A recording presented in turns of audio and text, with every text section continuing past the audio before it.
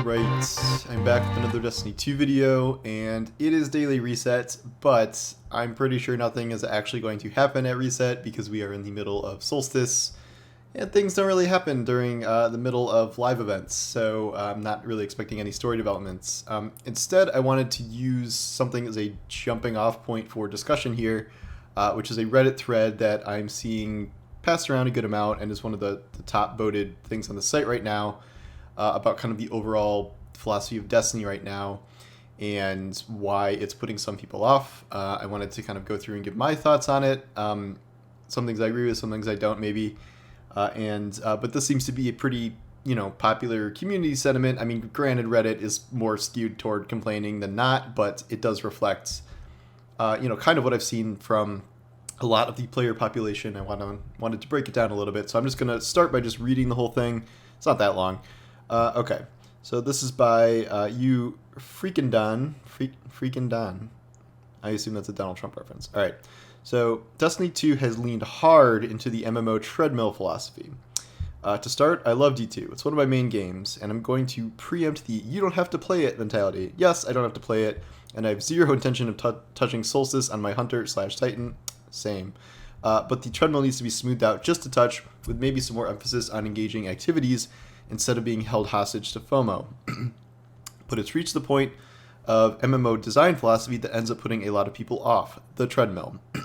MMOs originally had a lot of emphasis on exploration, social networking, and group play. Dailies, weeklies didn't exist, except for maybe loot lockout on a certain boss.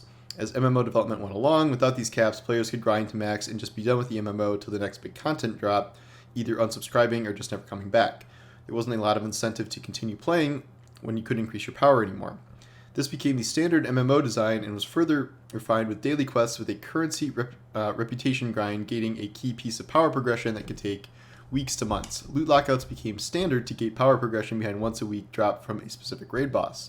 It's all about forcing a player to dedicate consistent weekly time if they want to be competitive for endgame, which I would argue isn't necessarily a bad thing if done conservatively. The problem is that it isn't conservative in most cases, and especially not in D2. It's reached all-time levels of investment. Seasonal titles demanding considerable investment that's exactly the same as last season, but with a different weapon. Looking at U-Dredgen, RNG and RNG grinds for deep sight weapons, haunted weapons are the worst yet. Limited time titles, Flamekeeper being 3 weeks, and now Iron Banner being 2 specific weeks a season, and the power grind treadmill. Reasons to play the game is great, but it really is approaching a kind of FOMO levels of play this activity and miss this stuff for the foreseeable future. And God help you if you happen to be out of town during the 2 weeks that Iron Banner is around. I love D2 and I'm glad to see it thriving, but I don't want to feel held hostage by it either. Anywho, I feel like I might get swarmed for this, and I'm 300% expecting the you don't have to play it when I've already said that. I enjoy the game and just want to see it be the best it can be. Okay. In terms of complaints and we've had this whole toxic community debate, this is pretty reasonable. I don't think there's anything wrong with this in terms of the format they are pushing back here, but some of these things resonate with me and some of them don't. I think this idea, he does this whole paragraphs about how MMO design became more based around engagement and loot lockouts, and loot lockouts became the standard to gate power progression behind a once a week drop from a specific raid boss. Destiny doesn't really do that. I don't think this is the Destiny format here. I mean, Destiny locks pinnacles behind a weekly grind, but there are so many pinnacles and powerful drops in ways to increase your power that I don't really think that criticism lands here. And I think there are other MMOs that do this worse and do have more of a kind of fixed lockout system, because a lot of what they're talking about here does not have anything to do with gearing up for endgame or endgame power. Power in Destiny has already reached a point of relative pointlessness. I would say the most annoying power thing that still remains is maybe getting grinding all the way to, what was it this time, 1385, 15, I don't even know what power we are anymore, whatever, something 85 to do Grandmasters. And no, it's not 13, it's 15. That's annoying to hit that point because it's a good amount of pinnacle or artifact grinding, and then once you get there, it doesn't even matter because you're just put behind a power barricade where GMs are a certain level above you anyway. But Destiny doesn't really exist as something that requires a ton of grinding for most endgame stuff. You can run pretty much any raid or any dungeon standard, like in a way that is not going to require you to have done some sort of crazy amount of grinding to either gear up for it or power up for it. Master content is a little harder, certainly, and yet I don't really think there is this kind of crazy lockout system in terms of power progression. With the artifact, you can essentially just grind as much power as you want whenever you want. Once people have optimized their pinnacles and stuff, it does not really take that long to get to pretty high levels of power to make that content a lot easier. So that's really kind of the only end game stuff here. The other stuff that is mentioned in this, it's a lot of stuff about titles. So I will agree that seasonal titles demand considerable investments, and then there are limited time titles. I don't really consider this like an end game thing, though. Like, titles are just that. Titles are titles. And it's essentially like, I am this devoted to the game or this specific activity to want to do all the very often stupid grindy stuff to get those titles. I have personally kind of set down getting some titles. Like, depending on the season, like, I didn't get last season's title. I did get this season's title because I liked it and it sounded cooler. I did grind out Gilded Flamekeeper because that sounded cool too. But generally speaking, I don't really care as much about titles anymore. And if the FOMO here is just missing out on the title, I don't know if that's the end of the world. I do take the point that Iron Banner is brought up a lot, and I do think that 2 weeks for Iron Banner is a bit low now. I don't know why it's only 2 instead of 3. It is certainly possible that players are going to miss one entire week of that due to whatever circumstance. So you would have essentially 1 week to grind out the entire title, which is a slog. I think that there probably should be a third Iron Banner week. This was made a little more complicated by the fact that Iron Banner has been like it was broken for half of the first week with rep gains, and then I don't even know. I thought there were still rep gains in the second week, which I didn't even attempt. So I do agree with that specific point that maybe Iron Banner itself needs to expand a little bit more.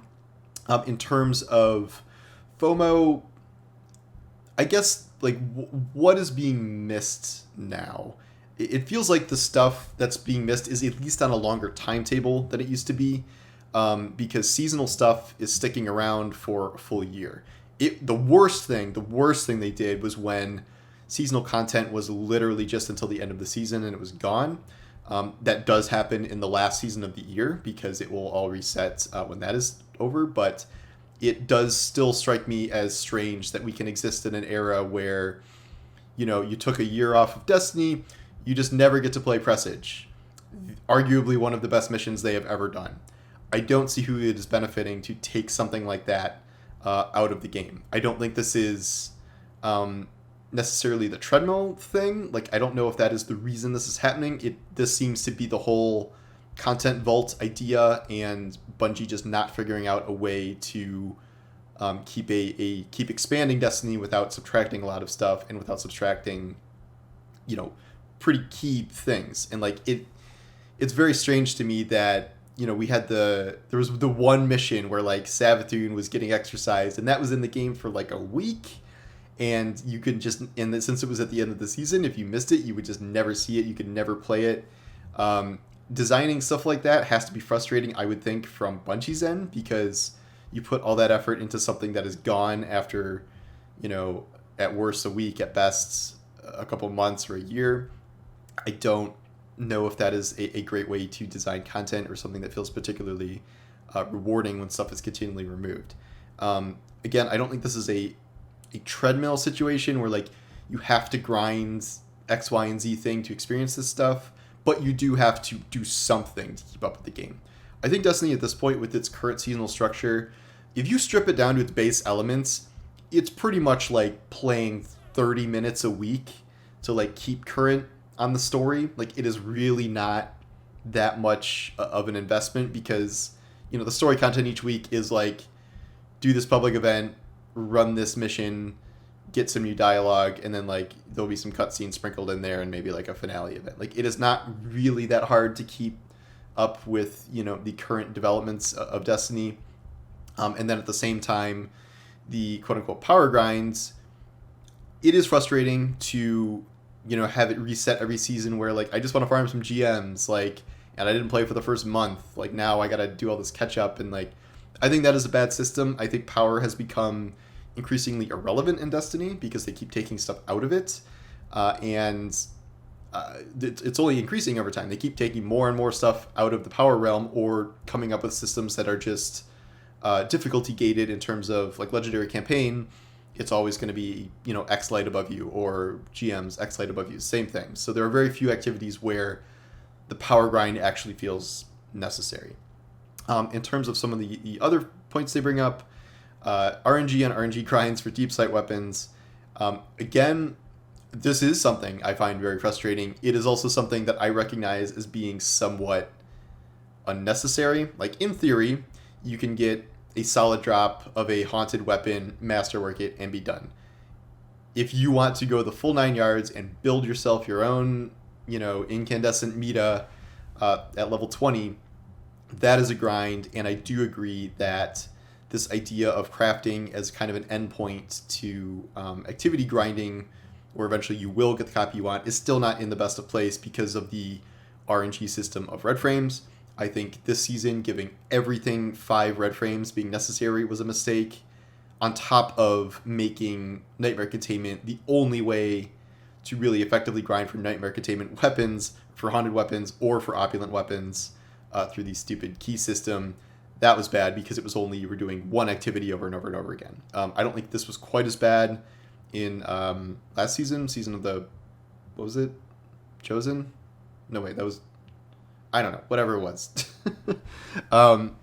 It wasn't as bad there because I feel like you got more stuff naturally, and then through the helm upgrades, it was a little faster to get those.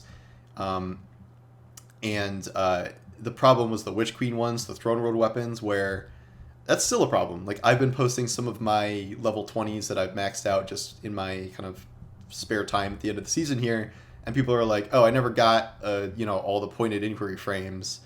And the only reason I got that was because I did this like Throne World chest farm, which was giving out tons of loot just on chest loops a lot of times, so I got my red frames from that. But there is no real effective way to grind those out in any meaningful capacity still.